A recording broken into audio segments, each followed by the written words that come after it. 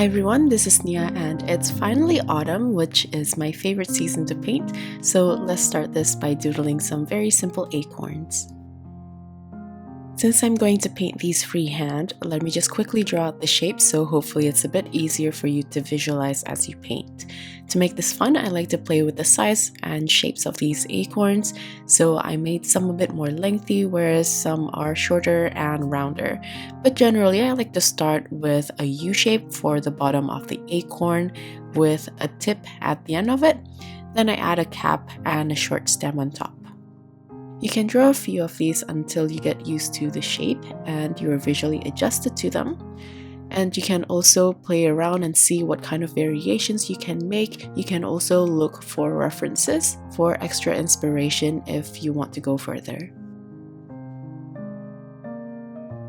I'm going to pair the acorns with some oak leaves. This is for additional decorative elements and also to help frame the painting.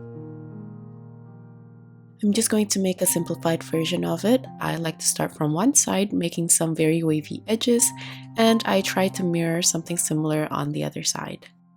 I'm also going to add some smaller leaves, which grows from a longer stem, and this will help frame some of the awkward spaces if I need some rounding off.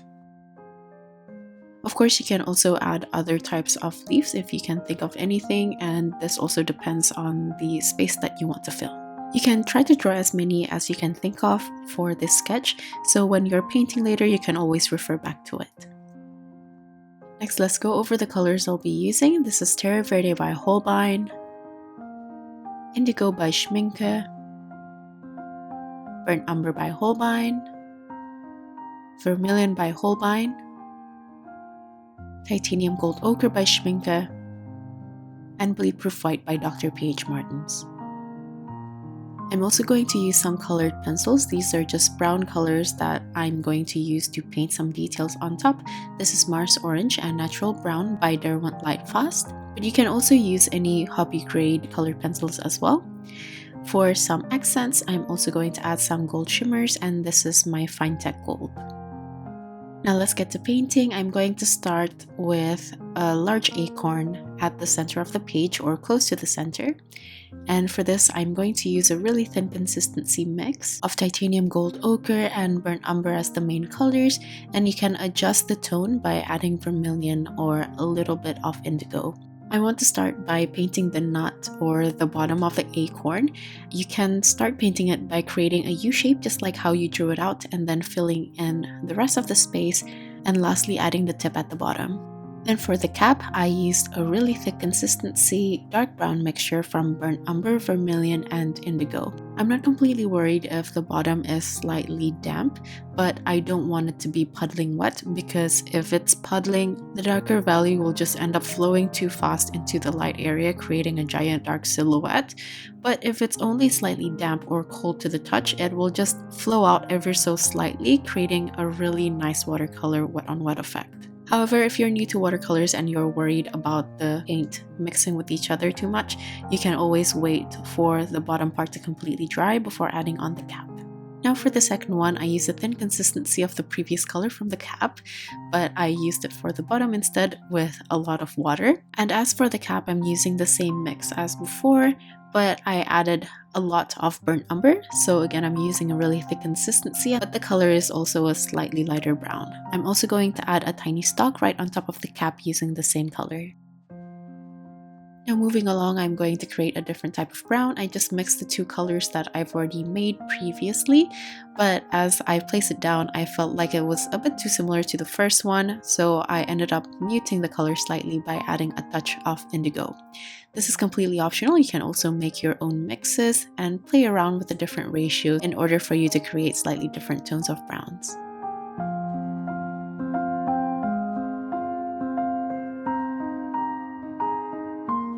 For the cap of this acorn, I'm going to use a mix of titanium gold ochre and a lot of burnt umber.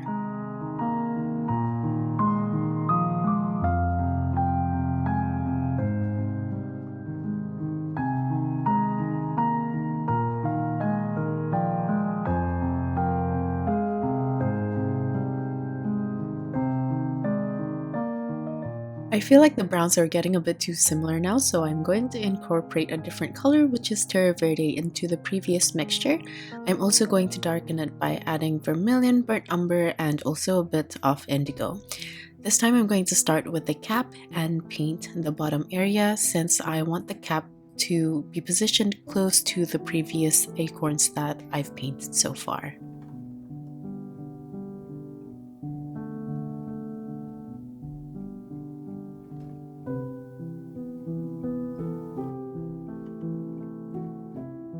For the bottom of this acorn, I'm going to use what's left on my brush with added water and also a bit more Terre Verde in the mixture.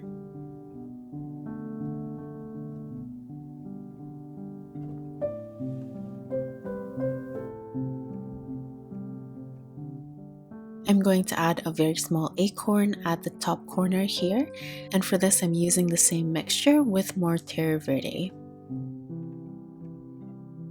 For the top of the cap, I'm going to use the thick consistency brown that I already had on my palette, and I'm going to darken and mute the color further by adding more indigo.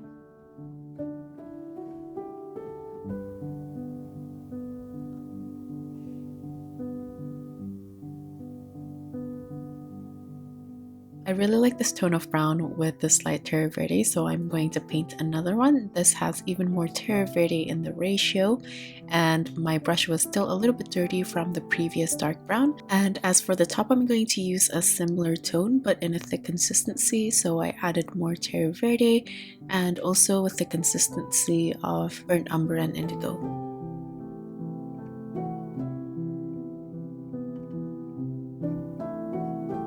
I need to lower the composition slightly because it's a bit too high up, so I decided to fill in a small space right at the bottom, so I'm just going to paint another small acorn.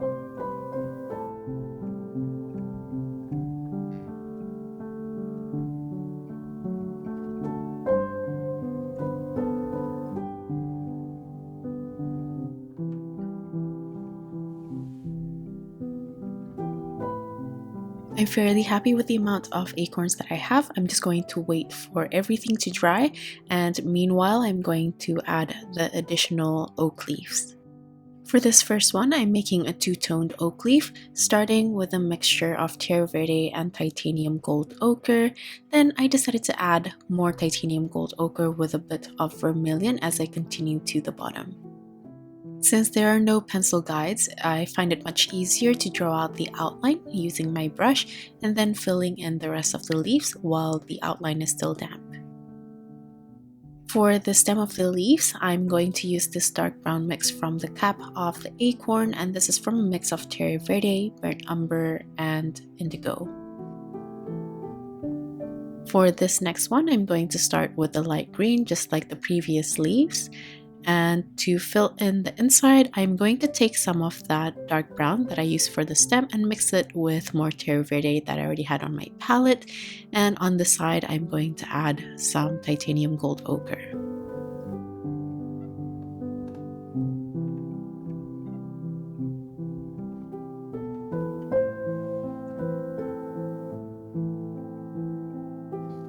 On the right here, I'm going to add some smaller leaves, which grows from a long stem, and I'm going to round the edges to make it look softer overall. To paint on the really thin stem, I like to switch to my small brush, and I also try to control the load by using a light to dry brush load, so it's much easier to create a delicate line.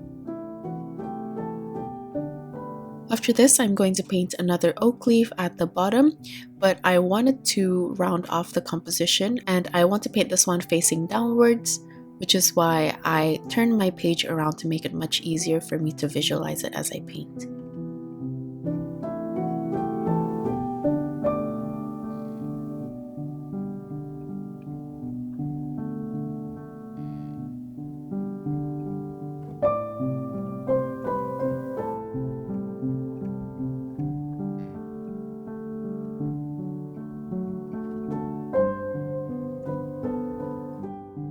At the top here, there's a fair bit of space, and I feel like there will be some awkward spaces if I don't make some wide element. So here, instead of just adding those small leaves or just another oak leaf, I decided to make something that looks more like a fern to fill in the gap. Just like the smaller leaves, it's much easier to draw out the stems first. This way I can paint on the leaves growing out of either side of the stems.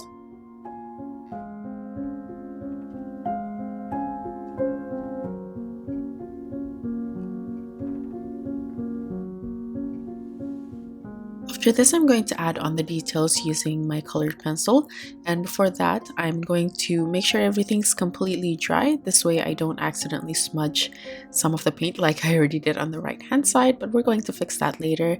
And if the surface is dry, it's much easier to accept the lines from the pencil.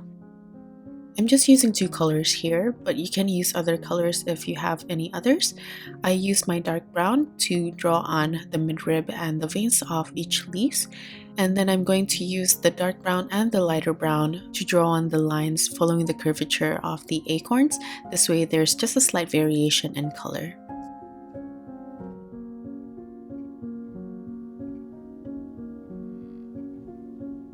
Since I've painted the top cap with a dark value, the color pencil isn't really going to show too much, so I'm going to leave that later and only draw on the details for the bottom part of the acorns.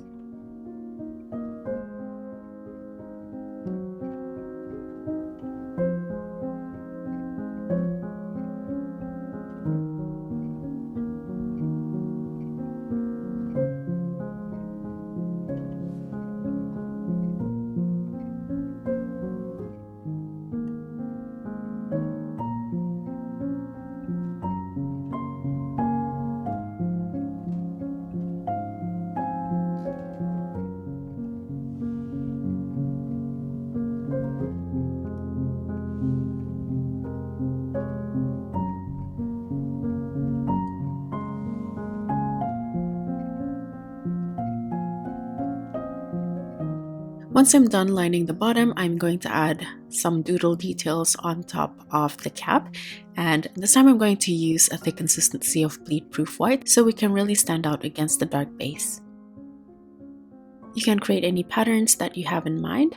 I personally just like adding dots and arranging them differently, and I also paint something that looks like scales that I try to somewhat stylize.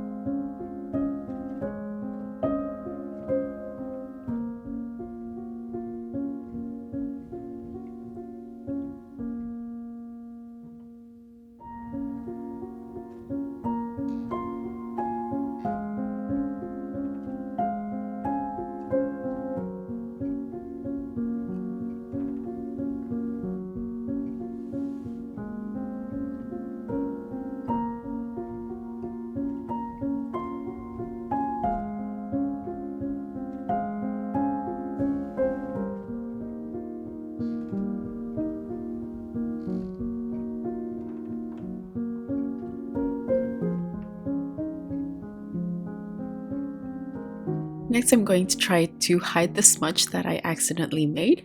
So I'm just using the green that I've already pre-mixed on my palette, and I use a light consistency to smudge and just hiding it with these circles. And to make it consistent throughout the whole composition, I'm going to add more circles and slightly different colors, but still using more or less similar mixtures, and also playing around with the shape to make the composition look more dynamic. You can also play with the consistency, so some dots are more vibrant than others. In terms of the color, I like to use green and muted oranges or orangey browns.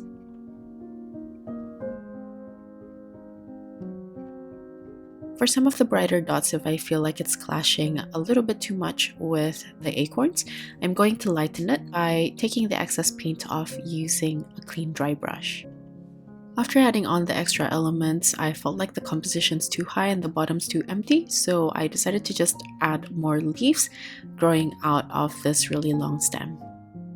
To extend it further down, I decided to add some shorter stems growing out of the main ones, and then I'm going to use this light green to paint the leaves. I used the previous dark muted green from earlier and I just added some titanium gold ochre to lighten it up.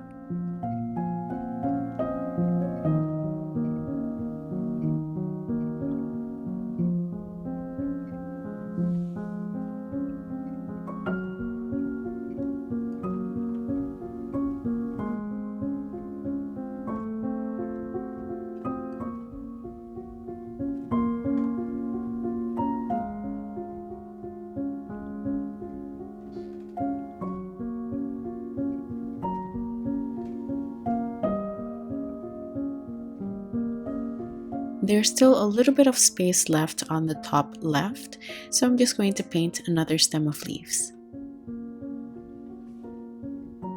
I'm going to use this muted orange or an orangey brown, but the tone that I've chosen is basically mixed from the same colors that I've used earlier, like for my oak leaf, so it's still fairly consistent with the rest of the leaves.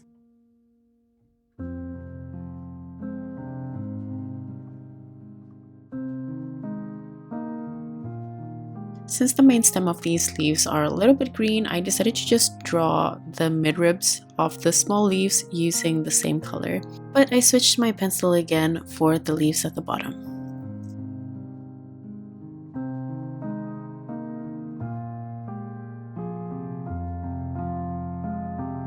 Now looking at this whole doodle again, I felt like the value is mostly too light throughout the whole composition, so I decided to add some really dark dots, but I made them small so it doesn't take away from the rest of the elements that we've painted so far.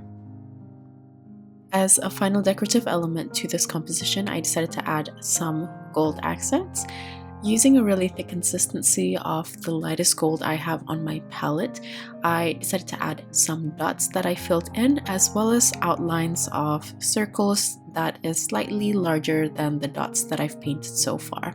I'm also going to outline some simple leaves using my small brush.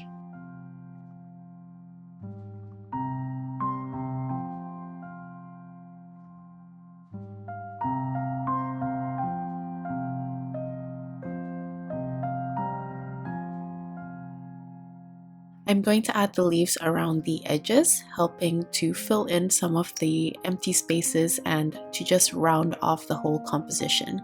That's basically it for this doodle. I love painting this one. It was so simple and relaxing to do, and I also love the color combination. If you guys enjoyed this video and would like to see more like this, please consider subscribing for more tutorials every Friday. Like usual, the list of tools as well as my social media links will be in the description box. I will also make an outline for this in case you don't want to paint freehand. And if you're still here, thank you so much for watching till the end, and I'll see you guys in the next one. Bye!